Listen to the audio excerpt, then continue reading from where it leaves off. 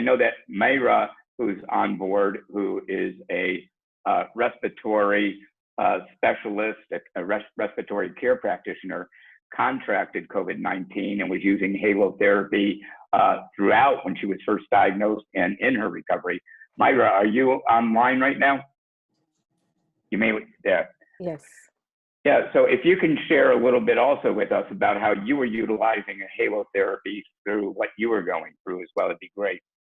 Post-COVID, I'm using halotherapy 30 minutes every day, maybe 2 days, 5 days out of 7 of the week.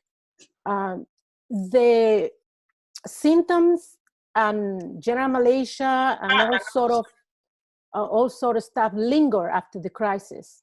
What I call it the crisis, like from day 4 to day maybe 12. After day 12, it's been now 3.5 weeks that I'm symptoms free, but yet what lingers is the dryness of the upper respiratory system, the sinuses, the throat from the whole throat all the way to the mouth and nose. It's like the humidification system of the body is kind of shut, very dry.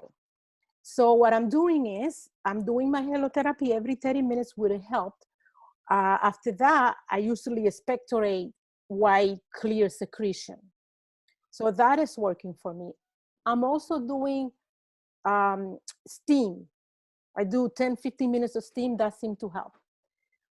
I believe that as a soul therapy facility owners, we need to put it out there as a complementary for maintenance, to add on for maintenance after COVID. Because after COVID, there's no doubt that your lung system have been affected. I'm not the same anymore, and I see it on my patients.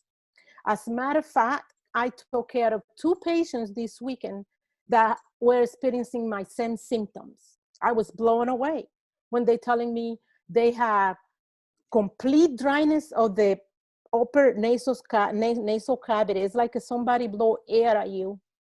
They feel a little bit of tightness on the throat, tickle, numbness, and they've been already off the ventilator for almost a month, one of my lady.